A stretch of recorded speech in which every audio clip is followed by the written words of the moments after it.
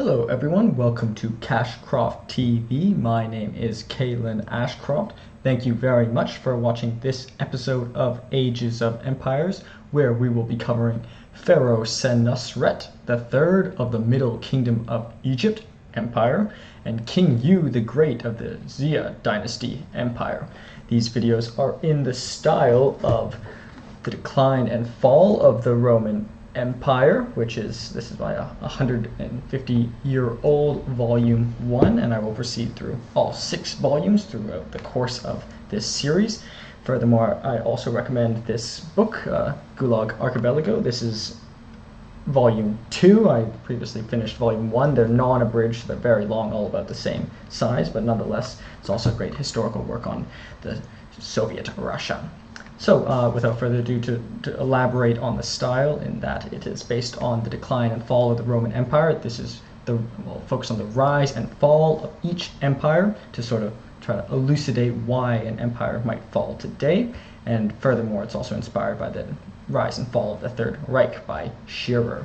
And lastly, it's also in the style of Plutarch's Parallel Lives, so I will take a significant leader, or hopefully the most significant leader from each respective empire, and then following a biography for each, we will also have a comparison a bit at the end, so we'll talk a little bit about leadership through comparison as well.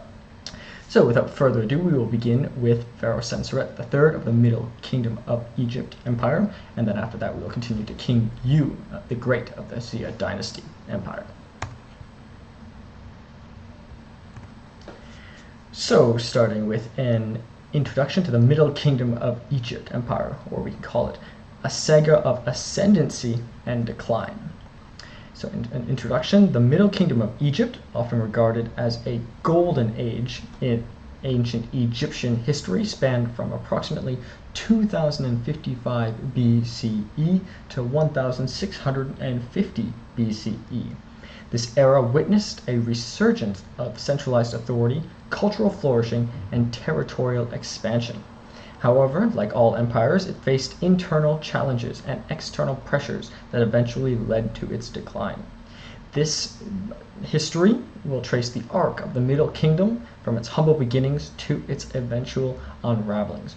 We have also previously covered the Old Kingdom of Egypt, but however that must not be followed first, the Middle Kingdom of Egypt. So as we see on this slide, if you can see the PowerPoint, there's the Old Kingdom of Egypt, then there's kind of an intermediate period, the Middle Kingdom of Egypt, a second intermediate period, and then the New Kingdom. So we will cover the Old Kingdom, the Middle Kingdom, and the New Kingdom. However, in between these 3, there were about 2 periods of sort of discordance. So 3 empires over a long period of time. So starting with section 1, the dawn of the Middle Kingdom, 2055 to 1955 BCE. So the first intermediate period, disorder and fragmentation, it can be characterized as, so this is section A of section 1. So the preceding first intermediate period, from 2181 to 2055 BCE, which followed the Old Kingdom, was marked by political disintegration and regional strife. The once unified Old Kingdom fragmented into numerous competing states, leaving Egypt divided and weakened. So as alluded to in the previous episode on the Old Kingdom, 2 prior rather, there's sort of lost their central authority and sort of collapsed into many competing states. So moving to section B, the reunification efforts. So Pharaoh Mentuhotep II emerged as a pivotal figure in this era. In 2055, he rose to power in Thebes, initiating a campaign to reunify Egypt. Over a decade, Mentuhotep waged military campaigns, bringing Upper and Lower Egypt under his dominion.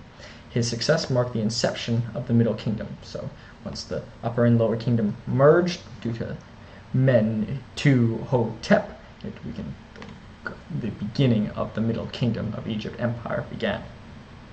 Moving to section 2, the flourishing of culture and administration from 1955 to 1800 BCE. So starting with the Theban Renaissance, or section A. Under the Theban pharaohs, the Middle Kingdom saw a renaissance of art, literature, and architecture. The construction of temples, tombs, and administrative buildings flourished, showcasing showcasing a distinct architectural style characterized by grandeur and precision. In terms of administrative reforms, pharaohs of the Middle Kingdom introduced administrative reforms aimed at centralizing authority. So as we saw, perhaps one of the major causes of the Old Kingdom of Egypt was the loss of centralized authority. So it was very important to have centralized authority in this new one. It must be noted, not all empires are necessarily the cause was a decline in central authority. However, it seems to be a common theme thus far. What is different, perhaps, between the Egyptian empires is it was to a lesser extent due to external forces. A more structured bureaucracy emerged, improving governance and facilitating better management of resources. Moving to economic prosperity, the empire experienced economic growth, fueled by trade networks extending into Nubia and the Levant. Resources flowed into Egypt, contributing to its affluence and cultural exchange. So similar to the Old Kingdom of Egypt, it was engaged quite extensively in trade. However, by nature of being the largest empire in the region, certainly probably had advantages over smaller states in terms of trade, which is natural as the larger state has more trading power. Moving to section 3, the apex of territorial expansion from 1800 to 1700 BCE. Starting with the Nubian campaigns. So pharaohs like Senusret I and Amenemhat II undertook military campaigns in Nubia, expanding Egypt's southern borders. So northern and southern Egypt were expanded, but it kept pushing further into the south. They established fortifications and colonies, securing access to vital resources such as gold and ivory, which further strengthened its trading power. Moving to the control of the eastern Mediterranean, Egyptian influence extended into Levant, enabling trade with the Canaanite and Amorite city-states. This provided access to timber, metals, and other strategic resources. So from the south, they get gold and ivory, and from the eastern Mediterranean, they get access to timber, metals, and other strategic resources. So even to a greater extent than the Old Kingdom of Egypt, it really flourished in this sense. In terms of trade, but also through conquering lands, giving it more trading power, but also strengthening its domestic resources. Something that is importantly noted in that governs the decline and fall of the Roman Empire is that they probably focused too much on purchasing luxuries from other states. This we have not seen to be necessarily true in this empire, however, it's something to look out for. Moving to the erosion of stability from 1700 to 1650 BCE. Starting with the dynastic decline.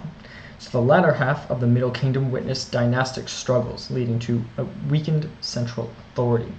Pharaohs such as Amenemhat IV were confronted with internal challenges, including factionalism within the court. So the sort of declining power of the dynasty and the pharaoh. So something that many of these Egyptian, or at least states that have sort of one absolute leader, is this absolute leader loses authority, fragmentation inevitably occurs. That's not necessarily true for non-monarchical states, but it is true at least for the Middle Kingdom of Egypt. Moving to the Hyksos incursion, around 1650 BCE, a new force, the Hyksos, began infiltrating Egypt's northeastern frontier. These foreign rulers exploited the weakening state to establish their dominance over parts of the Nile Delta. So it is true of the Middle Kingdom of Egypt that external forces did have an impact. However, I might say so far that the external forces were less of the cause of the Middle Kingdom of Egypt's decline relative to other empires. Moving to the conclusion, the fall of the Middle Kingdom, 1650 BCE. Starting with the Hyksos ascendancies. The Hyksos, a Semitic-speaking people, exploited Egypt's internal division and seized control of key regions. Their foreign rule marked the definitive end of the Middle Kingdom. However, I must note that it was probably the weakening of the Middle Kingdom of Egypt itself that sort of greatly facilitated the Hyksos rather than fully the Hyksos' own merit on their own. Moving to legacy and lessons of the Middle Kingdom of Egypt. Though the Middle Kingdom ultimately succumbed to internal strife and external pressures, it left a lasting legacy. Its cultural achievements, administrative reforms, and territorial expansions shaped the course of Egyptian history for centuries to come. And to the conclusion, the Middle Kingdom of Egypt Empire, spanning nearly 4 centuries, was a period of remarkable cultural and political achievement. From the reunification efforts of Mentuhotep II to the territorial expansions under Senusret I, it stood as a testament to the human ingenuity and resilience. However, the challenges it faced in its later years serves as a poignant reminder of the impermanence of empires. The rise and fall of the Middle Kingdom remains a poignant chapter in the annals of human history, leaving an indelible mark on the legacy of ancient Egypt. So that is the sort of brief biography of or history of the rise and fall of the Middle Kingdom of Egypt. So in many ways, similar sort of trajectory that the Old Kingdom that happened in the Old Kingdom, sort of strengthened with centralized authority, focused on trade, but sort of with divisions, particularly in the Middle Kingdom with the court, led to weakening, and then ultimately the Hyksos came from the northeast and definitively destroyed the Middle Kingdom of Egypt Empire. And then there was later a second intermediate period, and then eventually we will cover the New Kingdom later. So in terms of Senusret III, the apex of the Middle Kingdom. So an introduction, the Pharaoh Senusret III, often referred as Sesostris III, stands as an iconic figure in the annals of ancient Egypt. His reign, which spanned from 1878 BCE to 1839 BCE, marked the zenith of the Middle Kingdom era. This biography will delve into the life, accomplishments, and enduring legacy of Senusret III, a ruler whose military conquests, administrative reforms, and architectural achievements solidified his position as the most important ruler of the Middle Kingdom of Egypt Empire. Starting with his early life and ascension from circa 1884 BCE to 1878 BCE, starting with his ancestry and birth. So Senusret III was born into royal lineage in the 12th dynasty, being the son of Pharaoh Senusret II and Queen Nofret II. His bloodline traced back to the reunification of Egypt under Pharaoh Mentuhotep II. So Mentuhotep, who we mentioned previously, began the reunification of Egypt. Ultimately, his lineage passed down to Senusret III at the apex of the Middle Kingdom of Egypt. But, as we've noted before, he did come from royal lineage. However, not necessarily all the most important leaders. As we saw in the previous episode, they did not come from necessarily the most wealthy or most powerful lineage, so it is not sufficient. However, it is very likely helpful if one wants to be a pharaoh. Almost, well, in the Egyptian case, it's probably necessary that one has royal blood to become a pharaoh. But in other empires, it's not necessarily true, especially as we'll see in later empires. So, moving to his education and tutelage. As a young prince, Senusret III received a comprehensive education encompassing military strategy, which was necessary for expanding the empire, administration, and cultural arts. His father, Senusret II, played a pivotal role in shaping his early upbringing, instilling in him a sense of duty and leadership. As I observed in the decline and fall of the Roman Empire, emperors really wanted to smooth the transition between emperors. So some were even called, like for example in the time of Augustus, supposedly the heir to the throne was often called Caesar, and they were sort of groomed for the throne rather than have a sudden jump and sort of upset the populace. So they sort of, at least this is true for Senusret, that his father, Senusret III, is that his father groomed him at a young age and sort of prepared him to become pharaoh. Moving to his ascension to the throne. In 1878 BCE, Senusret III ascended to the throne of Egypt following the death of his father. At the age of approximately 26, he took the mantle of leadership during a crucial juncture in Egyptian history. So 26 is actually a little bit older for the times, I would say. For example, Alexander the Great did all this conquering before the age of 30, but nonetheless 26 in today's age is rather young. It's about my age now. Moving to his military campaigns and conquests, circa 1878 to 1859 BCE, starting with the Nubian campaigns. So Senusret III initiated a series of military campaigns in Nubia, expanding Egypt's southern borders, as alluded to. He established numerous fortifications and garrisons along the Nile, securing crucial resources like gold and ivory.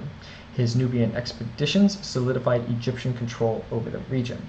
So, perhaps maybe a dynamic one might observe from War and Peace from Tolstoy is that a state, as long as it's ever growing, or also the decline and rise and fall of the Third Reich, as a state grows, proceeding, it gets greater and more powerful. However, that as soon as it stops expanding, that's sort of the crux when it starts to collapse. Moving to the Canaanite and Lebanite campaigns, recognizing the strategic importance of Levant, Senusret III directed military campaigns in Canaan and the Levant. His forces engaged in conflicts with local city-states, extending Egyptian influence and ensuring access to valuable resources like timber and metals. So these resources that were both valuable domestically but also for trade with other states. Much of the territory was gained under Senusret, the apex of the Middle Kingdom of Egypt. Moving to administrative reforms and governance, circa 1859 BCE to 1840 BCE, starting with his centralized power, which we noted is a very key aspect, at least of the Middle Kingdom of Egypt, but many other empires as well. So Senusret III implemented sweeping administrative reforms aimed at centralizing power. He strengthened the bureaucracy, appointed loyal officials, and established regional governors to ensure efficient governance across Egypt. So something that one might see in Alexis de Tocqueville, something important having a centralized state is to have bureaucrats across the country, not leaving it up to the municipalities to govern themselves, is to have, for example, federal might be the term, or the centralized figures governing these different municipalities, or regions, or city-states in this case. Moving to economic prosperity, under Senusret III's reign, Egypt experienced unprecedented economic prosperity. Trade networks expanded, connecting Egypt with neighboring regions and fostering cultural exchange. This influx of resources contributed to the empire's affluence and stability. So trade was necessary, but I don't think they traded too much, which might have been the case, one of the cases for the decline of the Roman Empire, according to Gibbon. Moving to architectural achievements and cultural patronage, circa 1840 BCE to 1831 BCE, starting with monuments and temples. Senusret III was a prolific builder, commissioning numerous architectural marvels across Egypt. Notable among these was the construction of the White Chapel at Karnak, a testament to his devotion to the gods and the glory of Egypt. Moving to cultural flourishing, Senusret III's patronage of the arts and literature ushered in a cultural renaissance. Artisans, poets, and scribes flourished, producing works that celebrated the grandeur and ideals of the Middle Kingdom. So, as alluded to in the previous episodes, not only does creating monuments and stuff, it does create employment, but I don't think it's necessarily a great way of making employment, because once it's done, it just leads to unemployment. But what it does do is it does inspire the citizens, or the people of Egypt, or the people of an empire, to be more, have pride in their empire, and furthermore also fear to opposing nations, or respect to nations they trade with. So these are key aspects which are clearly manifested by the Middle Kingdom of Egypt. Moving to Senusret III's later years and legacy, circa 1831 BCE to 1839 BCE, the Pharaoh's final years. In the later years of his reign, Senusret III continued to oversee the affairs of the empire, ensuring stability and prosperity. His legacy, however, would extend far beyond his lifetime. As to his enduring influence, Senusret III's reign represents a high point in ancient Egyptian history. His military conquests, administrative reforms, and cultural patronage left an unparalleled mark on the empire. His successors would look to his reign as a model of effective governance and leadership, but as he's considered to be the apex, I would say none surpassed him in his endeavors on all of these fronts. Moving to the conclusion, Pharaoh the Senusret III's reign stands as a pinnacle in the Middle Kingdom of Egypt. His military conquests, administrative acumen, and cultural patronage shaped an era of unprecedented prosperity and influence. Senusret III's legacy endures as a testament to the heights that a visionary and capable ruler can lead a civilization, leaving an unparalleled mark on the annals of ancient Egyptian history.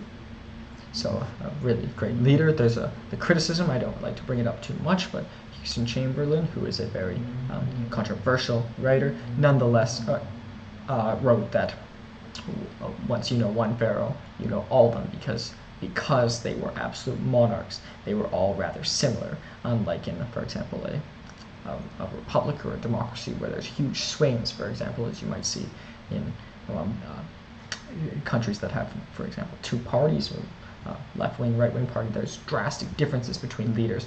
However, in Egypt, according to Houston Chamberlain, who's wrong on many fronts, nonetheless said that all the emperor and pharaohs were rather similar.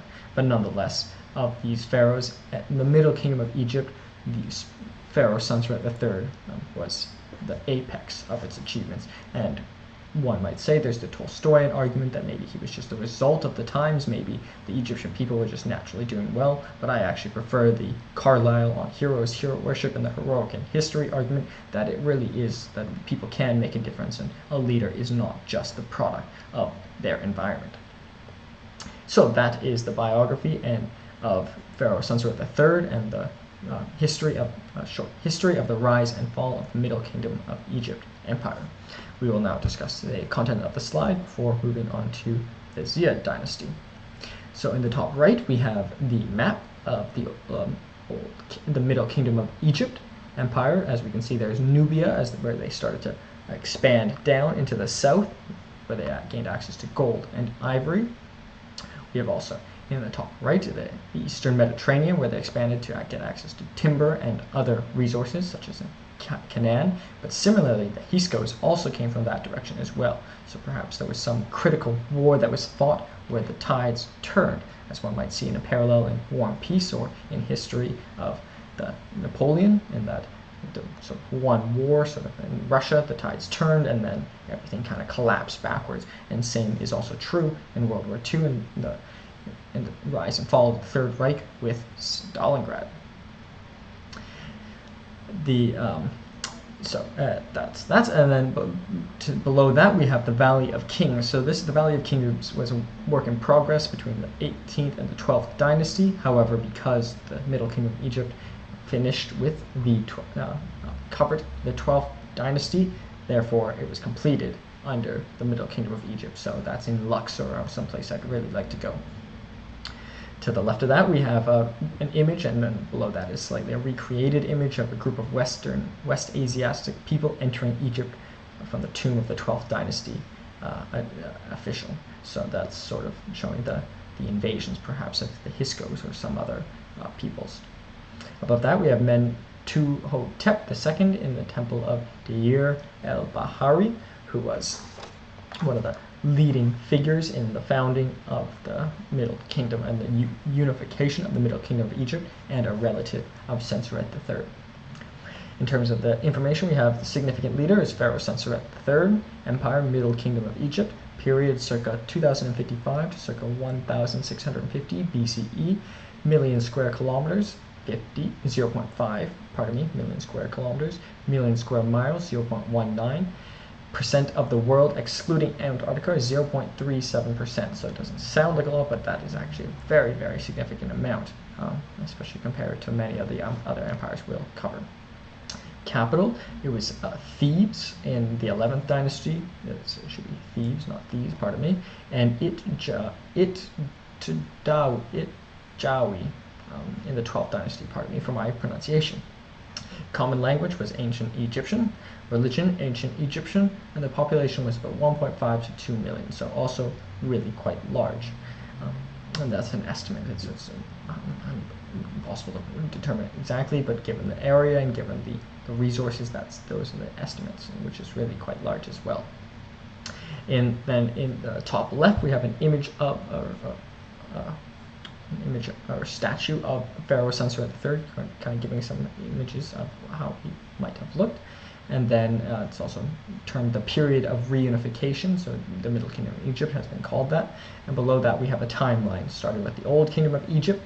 Then there was the first intermediate period, where it was sort of a period of dissension and lack of unification. The Middle Kingdom, which is the period of reunification, and with the apex of Pharaoh Senusret III. Then there's a second intermediate period, and then we will ultimately cover the New Kingdom.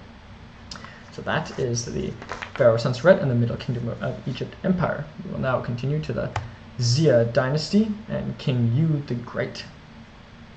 Starting with an introduction of the Xia Dynasty, dawn, ascendancy, and decline.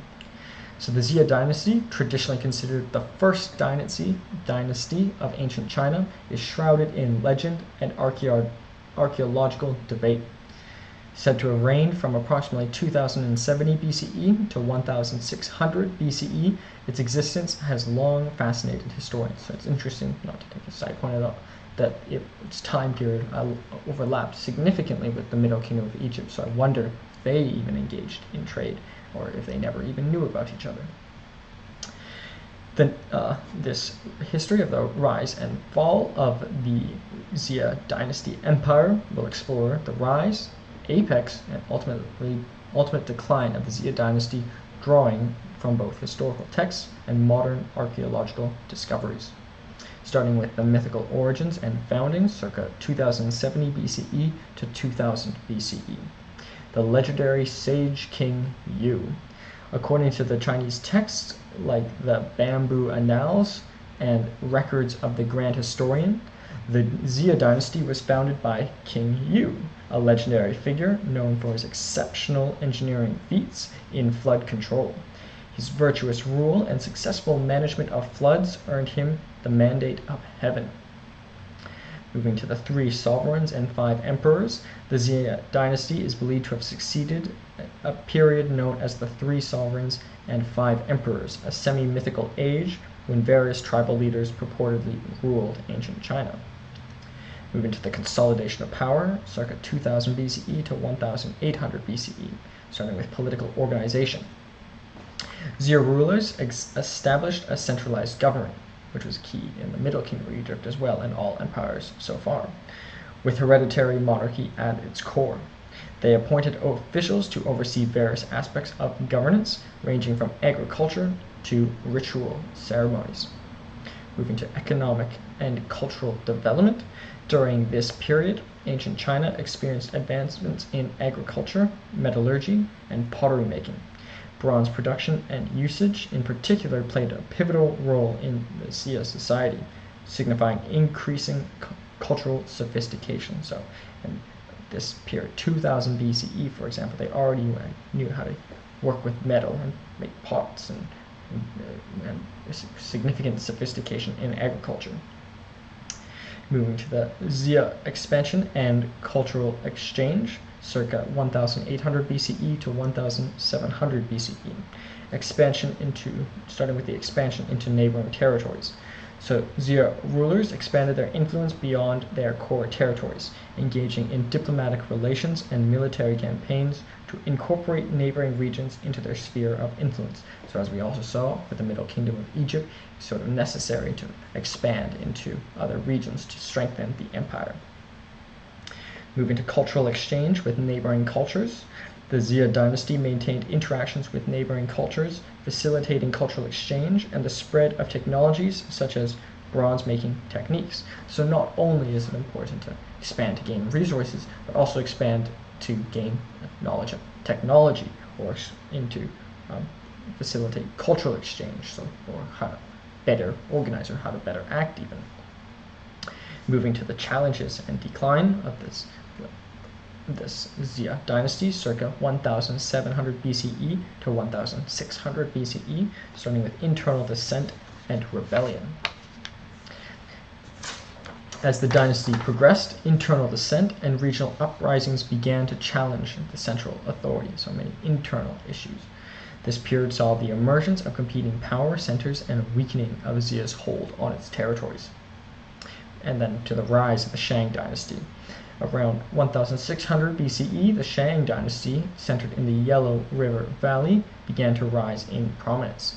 Conflict between the Shang and Xia culminated in the overthrow of the Xia dynasty, marking the end of its rule. So a new dynasty came to rule.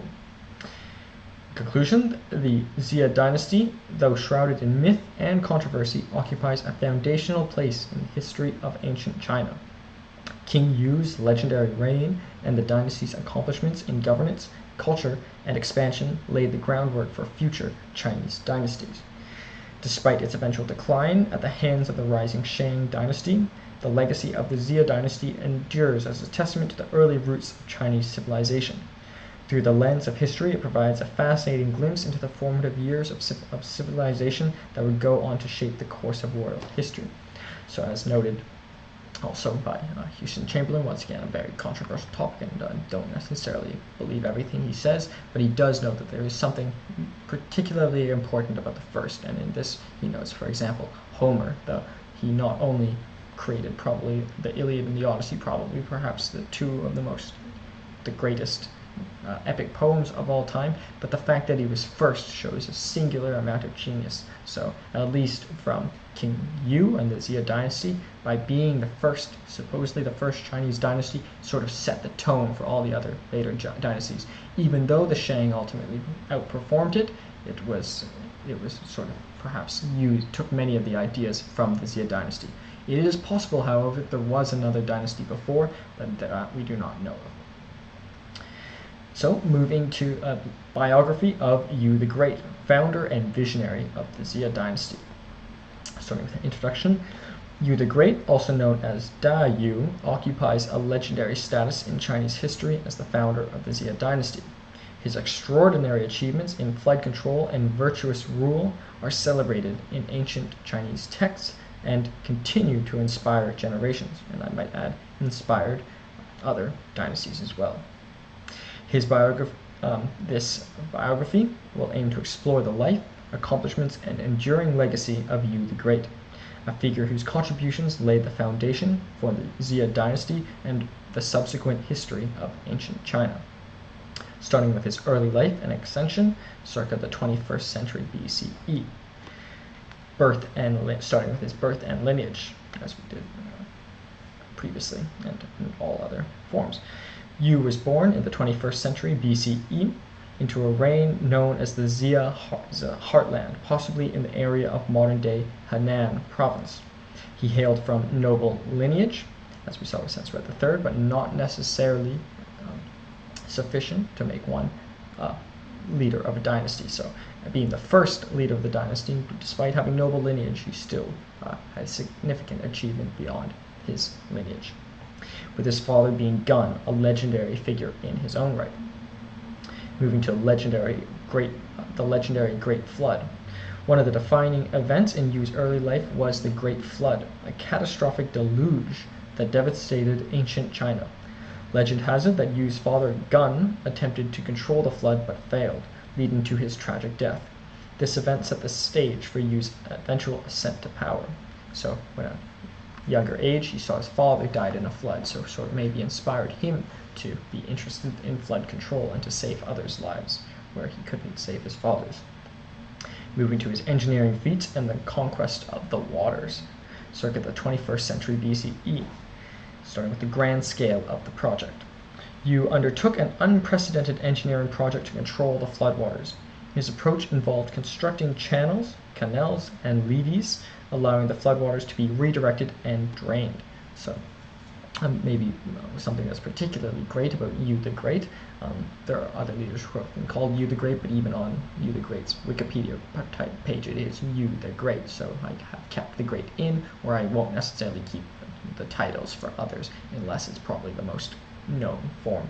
But nonetheless, where he differs from many other great leaders is not only was he perhaps great at centralizing power and good in diplomacy and whatnot, he was a great engineer as well, which is something very unique to him. Moving to the 9 provinces, Yu's work was not confined to a single region, but spanned across the vast territory of ancient China, which was traditionally divided into 9 provinces.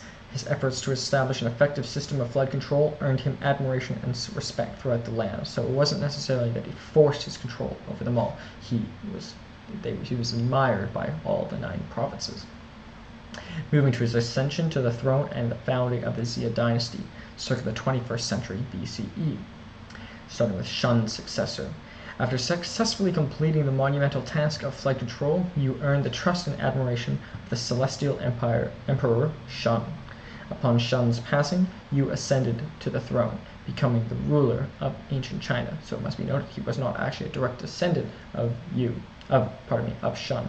So as noted many probably know, in the Roman Empire, emperors were not necessarily hereditary. They were chosen by the emperor, often nephews or even adopted children. So, and this seems to be the case at least with Yu. So to be that admired that Shun chose him is a very impressive thing and speaks very much to his character. And moving to the establishment of the Xia Dynasty, Yu's reign marked the transition from the legendary 3 sovereigns and 5 emperors to the Xia Dynasty, a pivotal moment in Chinese history. His virtuous and effective rule provided a model for future Chinese rulers.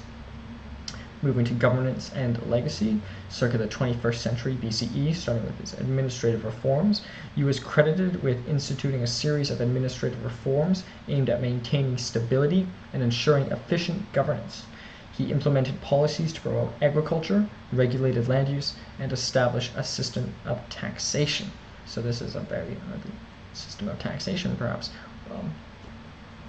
For example, in the Middle Kingdom of Egypt, perhaps there was taxation, but taxation necessarily requires private businesses. But nonetheless, I think they also had taxation as well, but I did not see it specifically referenced. But to implement taxation in this 21st century BCE is really quite a phenomenal feat. In fact, taxation is one of the most difficult things to implement. Moving to cultural and social contributions. Beyond his engineering and administrative achievements, Yu is celebrated for his contributions to culture and society. He is said to have established the Li, which are rituals, a system of customs and ceremonies that played a fundamental role in Chinese culture. So as alluded to in the Middle Kingdom of Egypt Empire, that sort of establishing a culture is not only strengthens sort of solidarity of people within the empire, but also perhaps even fear or admiration from those outside of the empire. So very important that he established a certain culture, and that probably influenced the Shang dynasty into China even today. To the conclusion, Yu the Great's legacy endures as a foundational figure in Chinese history. His extraordinary achievements in flood control and his virtuous rule established the Xia dynasty and set a standard for leadership in ancient China. The enduring impact of his contributions to governance, engineering, and culture continues to shape the collective memory and cultural identity of Chinese people. Through the lens of history, Yu the Great emerges as a visionary leader whose legacy resonates through the ages, symbolizing the indomitable spirit of human endeavor. So very, very fascinating leader, particularly for his engineering achievements, where I think is that few other great leaders of even the greatest empires could even compare with. And to win his way into as the leader to ascend the throne from non-necessarily direct lineage is also something very impressive. That Senusret III, although being the apex of the Middle Kingdom of Egypt, and perhaps maybe even being a better administrator and a better leader, did directly descend from his father, from the Pharaoh. But we will discuss that more in the comparison with Senusret III, following discussing the content of the slide. So on the top left, we have an image of a depiction of Yu the Great, but we have no depictions of him from that time because this is so far before. So this was a depiction of him from the Song Dynasty. But perhaps the Song Dynasty had depictions of him to base it on. So as far as we know, perhaps this is accurate. But as far as I know, pardon me. King Yu, the title we have here is King Yu the Great of the Xia Dynasty Empire. It's known as the first Chinese dynasty in traditional history. To the right, we have a Yu mausoleum in the Zhejiang province. It's images from Wikimedia Commons or Gizling. Obviously, the Yu mausoleum was made many years after or even after the time of Yu and the Xia Dynasty, but nonetheless it shows, speaks to how well he is still commemorated. To the right we have an image of a jue, which is a sort of a cup or a vase from the Erlitou culture, so supposedly that's the sort of thing they used, and they knew how to use metallurgy, so perhaps it looked almost precisely like that, but nonetheless to today. Below this, we have an image by Drecker7 from DeviantArt.com. I think it's just a very beautiful depiction, and if that is what it looks like, it would be someplace I would be fascinated to go back into time and visit. Interesting, he has what looks like a boat flying in the sky, probably a testament to the floods, and sort of we also have a sea dragon too, so also very seafaring. They perhaps were I think if they were able to build canals and floodgates and stuff, they probably had the ability to build boats. I think that's pretty a natural conclusion. And below we have a beautiful image from the chairmanbao.com. Some people supposedly during the Xia Dynasty, perhaps that is Yu the Great leading them on. To the right we have Yu the Great slaying a dragon. The citation is the Miriam and Ira D. Wallace Division of Art, Prints and Photographs, Print Collection, the New York Public Library. So supposedly he was a dragon slayer. The big part of ancient Chinese myth is the concept of dragons, and as far as we know, perhaps they even existed at that time, and maybe Yu killed them all.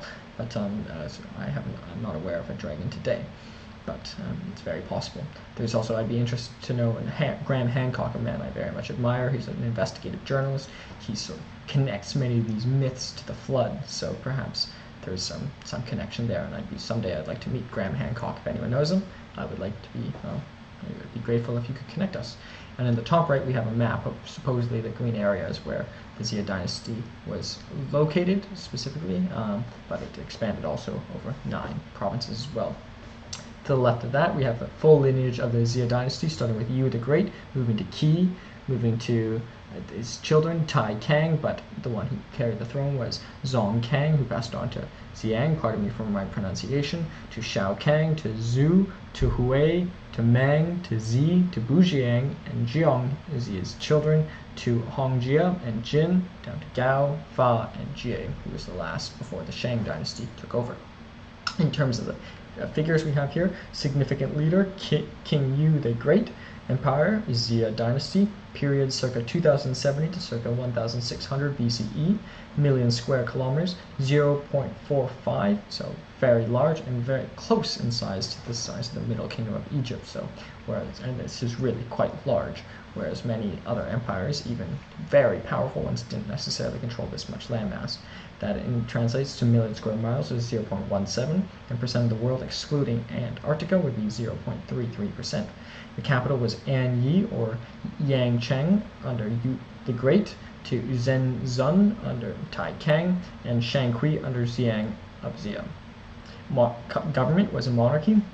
Common language was unknown, but it was potentially a predecessor of the Shang language, because the Shang dynasty followed, so it was likely they spoke something similar.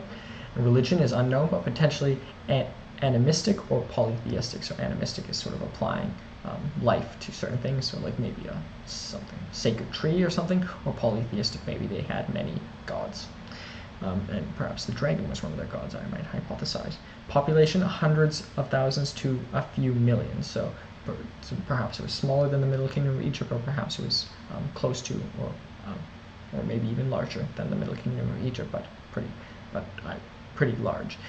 I think one of the key variables, which is hard to determine, is to what extent, I think, for example, in protein combinations, rice, I think, is deficient in lysine, so one needs to combine it with a bean. So one of the reasons why it's a very popular thing to have beans and rice is because it creates a full protein and one can hit their protein maximum. So it depends on how much soy they also had. But I think it's possible that there were many millions of people, and it's possible the population was very large even at this time in 2000 BCE.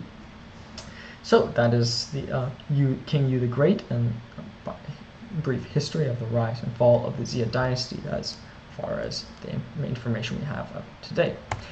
We will now move to a comparison between Pharaoh Senusret III and King Yu the Great to perhaps learn a little bit more about both them and perhaps leadership and perhaps their respective empires. So Pharaoh Senusret III of the Middle Kingdom of Egypt Empire and Yu the Great of the Xia Dynasty Empire were both extraordinary leaders in their respective civilizations, albeit in different times and regions. This comparison aims to shed light on their shared achievements and distinct approaches to governance, engineering, and cultural impact. Starting with period and geography, Senusret III ruled during the Middle Kingdom of Egypt, approximately 1878 BCE to 1839 BCE. That's when he ruled, not the length of the Middle Kingdom of Egypt, because the Middle Kingdom of Egypt and actually the Xia Dynasty actually overlapped significantly in terms of time, but the rulers ruled over different time. His reign was located in the Nile River Valley, a civilization known for its advanced culture, agriculture, and monumental architecture. Yu the Great was a legendary figure in ancient China associated with the Xia Dynasty, approximately in the 21st century BCE. So he came before Senusret. They were not contemporaries, but nonetheless, there was the two empires overlapped significantly. His reign was situated in ancient China, where his engineering feats played a crucial role in flood control. Moving to engineering and infrastructure, they differ quite significantly, pardon me. Senusret III, while not primarily known for large-scale engineering projects, he oversaw the construction of significant monuments and temples showcasing Egypt's architectural prowess. I may make the caveat that I think some of the greatest achievements of of Egyptian history across all three empires was actually in the Old Kingdom, the age of pyramids. So perhaps he maybe underperformed compared to his predecessors, which is something that maybe Graham Hancock, also someone I'd really like to meet eventually, alludes to as why was it, for example, that the Middle Kingdom of Egypt did not build bigger pyramids than the Old Kingdom of Egypt is that they lost the technology. Supposedly Herodotus said how they built the pyramids, so maybe they knew, maybe it's because they didn't have as much resources as the Old Kingdom of Egypt, but nonetheless Senusret, who was at the apex of the Middle Kingdom of Egypt, never created something as great as the Great Pyramid of Giza. And supposedly, according to Herodotus, there was something even greater than the Great Pyramid of Egypt, the Labyrinth, 12 sections, and if one didn't have the map, they would get lost. So nonetheless, he was great in terms of achievements, perhaps contributed significantly to Luxor, but he was not necessarily even the greatest within the Egyptian empires, but he was probably the greatest within the Middle Kingdom Empire. Yu the Great, on the other hand, is renowned for his exceptional engineering achievements in flood control. His efforts in taming the Yellow River floods through extensive irrigation projects was monumental and had far-reaching impact. So he pretty much shaped so many of the irrigation of China as it maybe even still exists today. So that's something that perhaps maybe wasn't necessary for Senusret III to do. It was something that makes King Yu the Great really quite unique.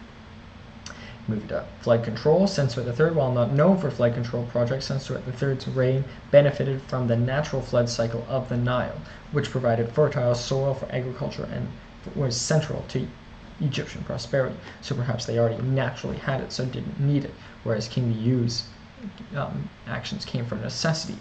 Yu the Great, his most celebrated achievement was his successful management of the devastating floods which killed his own father of the Yellow River.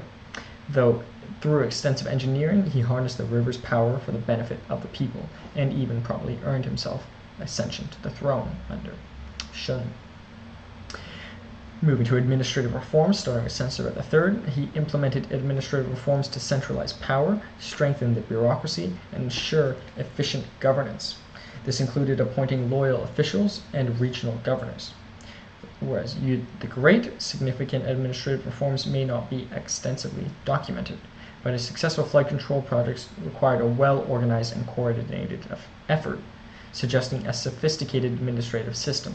And this is important to note that he did this even before he was emperor, so he definitely knew how to manage people, and maybe even more so than Pharaoh Senusret III. However, his bureaucracy is more documented.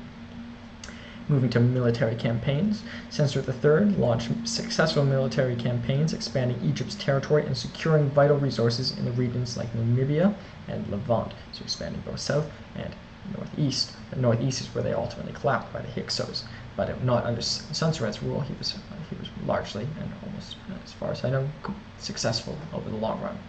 during his reign.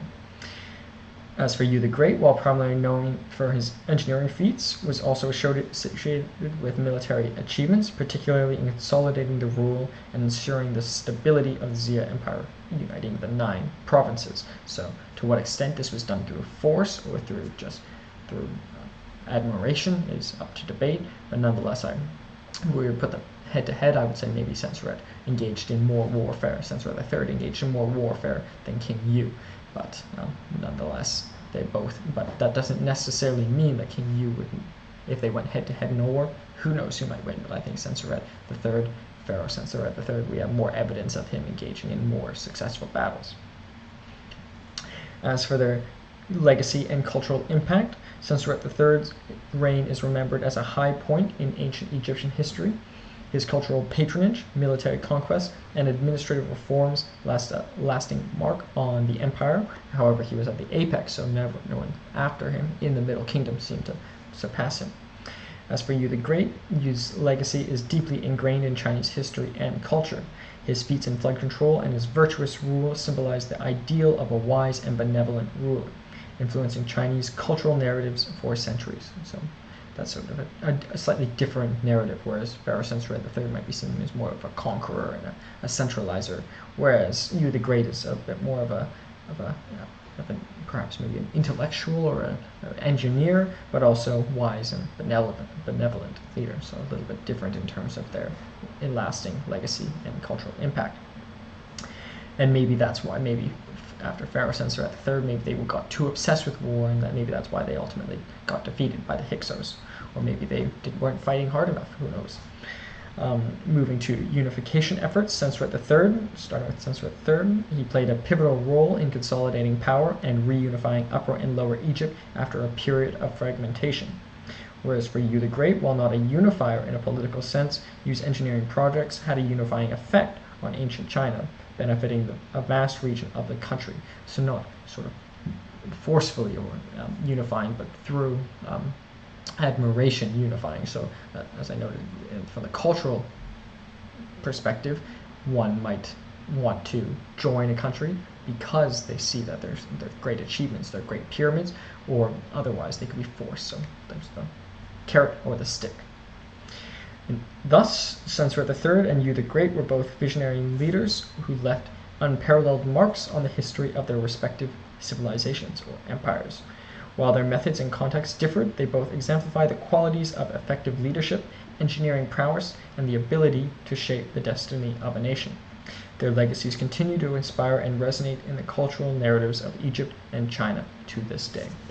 So 2 very important leaders and 2 very important emperors. So thank you very much. This is Cashcroft TV. My name is Kaylin Ashcroft. Thank you very much for your support and watching this episode on Ages of Empires, and I hope you continue to support and watch or listen. Thank you very much.